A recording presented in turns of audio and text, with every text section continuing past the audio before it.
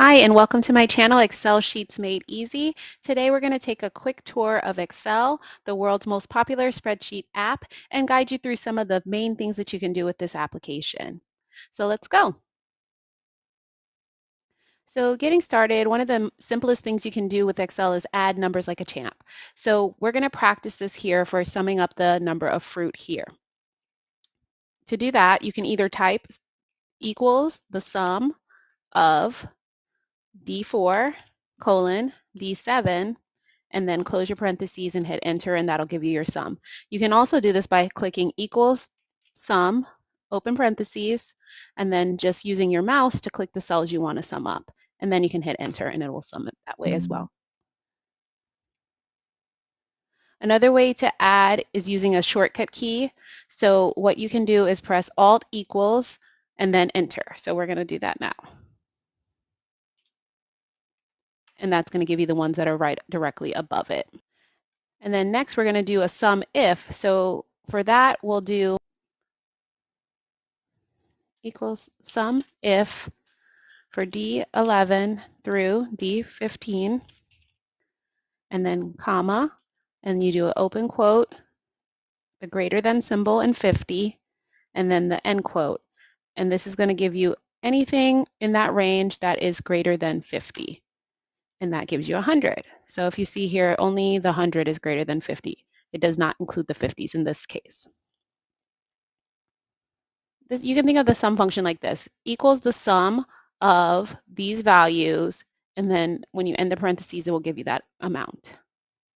If you use the sum function in this way, it will give you the sum of the cell D48 and the range G48 to G51. When you have a colon in between it, it's going to give you a range of cells. If it's just the cell specifically stated, that's the only one it's going to add, and then the number 100 will add to that as well. So just depending on what you need to add, you might use the sum function in different ways. So in this example, it uses a single cell reference, which is D48, a range of cells, G48 to G51, and then a constant, the number 100. I'm going to do one example of this. Check this out. Select these cells, then in the lower right corner of the Excel window, look for this. So if you highlight these, you'll see here that it automatically sums it up for you just by highlighting them. So we'll do it again here. You highlight these, you see the sum is 80 for the number of cars, trucks, bikes, and skates. That's an easy way to check your numbers if you don't want to actually include the data in your spreadsheet. So you can think of SUMIF like this. The cell is going to equal sum if the range D73 through D77 is greater than 50. And you could put any number you want here. If you wanted it to be greater than 100, greater than 5,000, anything. So you would use that criteria to match whatever you're trying to calculate. And if you're making a lot of SUMIF formulas, you might want to use a pivot table instead, which we can get to in another tutorial. So this is just an example of 3 ways you can use the SUMIF function. So this is the same data, but we've used it in 3 different ways. So on this one, we're only calculating for SUMIF this range of cells is greater than 50. And so in that case, it only gives you the 100. If you do SUMIF greater than or equal to 50, you get a different answer, which was 200. So you have the 50, 100, and the other 50. So if you look here in this formula, we'll give you any number in this range that is not equal to 50, which would be the 100, the 40, and the 20, which is 160. If you want to learn more, there are other tutorials available on the Microsoft website. And that's it. Next, we're going to cover the fill function. So Excel has a really nice way of knowing what data you're putting in and helping you fill the cells automatically by using the fill function. So first we're going to start by selecting the cell with 100, and then when you rest your cursor on the corner, it'll automatically turn into a plus sign, and you can use that to click and drag down to fill the cells below. So what it does is copy the same formula you have here, and it adjusts it automatically for the next cell range. So right here we have the sum of C4 to D4. You can escape to get out of that cell.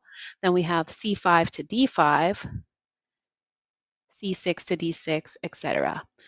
Now I'm going to undo that. There's another way you can fill down. If you click the corner, double click it, and it'll automatically fill down the formula for your range, and it stops when there's a blank cell.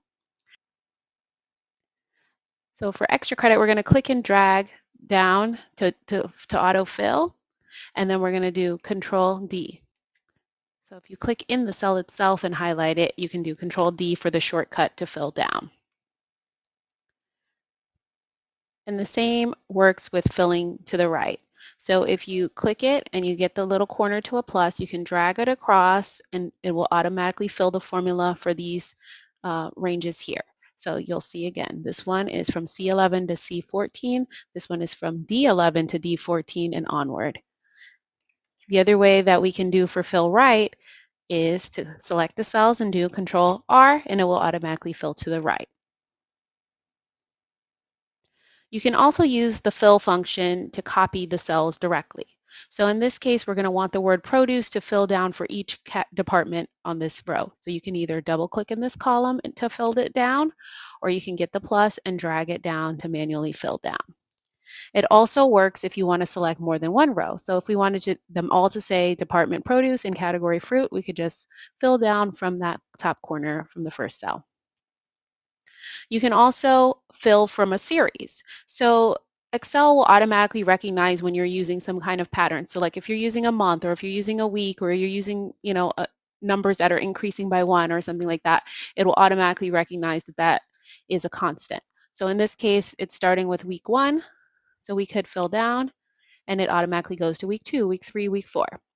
And if you started with January, but you wanted to fill out the months here, it would automatically fill it for you to February, March, April, May. So the same is true for things like a quarter.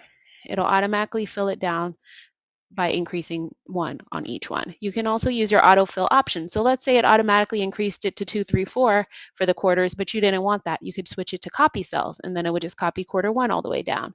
Or you could switch it to fill without the formatting, and it would just fill the data without the orange borders. And then lastly, we'll do intervals. So if you select these 2 cells and then you flash fill it to the right, you'll see it automatically increases by intervals of 15 because it's recognizing that that's the pattern that you were doing in the first 2 cells. So this is one really nice function that Excel can do for you so you can keep the pattern without having to manually enter all of the numbers. And that's it. If you do want to learn more about filling in data, you can use some of the tutorials on the Microsoft website.